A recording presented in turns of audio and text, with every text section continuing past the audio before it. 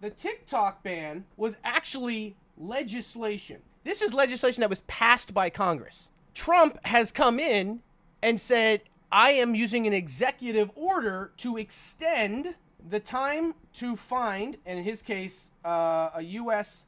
50/50 owner by 90 days. Now, what does that mean? Well, for TikTok, it means that they're like, all right, cool, we're operating back in here because, the whole 9 yards. However, the companies that host them, Oracle with their servers, Apple Store, Google, whatnot, this doesn't absolve them of the legislation. So the executive order does not override the legislation. So technically, if Oracle continues to host those servers and Apple and Google continue to update or offer them in the App Store, they are facing up to $5,000 a day in fines because executive order only says that they're extending it. So while TikTok is a Chinese company, it doesn't work the same way for American companies. Now, $5,000 a day, this, just like all these other things we've talked about, is what we call the cost of doing business. In 90 days, they will lose what they make in like an hour. But the fine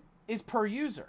Now we get into the funny part. It's not the company is $5,000 a day, it's per user. The question becomes, will he be able to use his executive powers to supersede the fine without superseding the legislation? So for those thinking that Trump overturned it, he did not.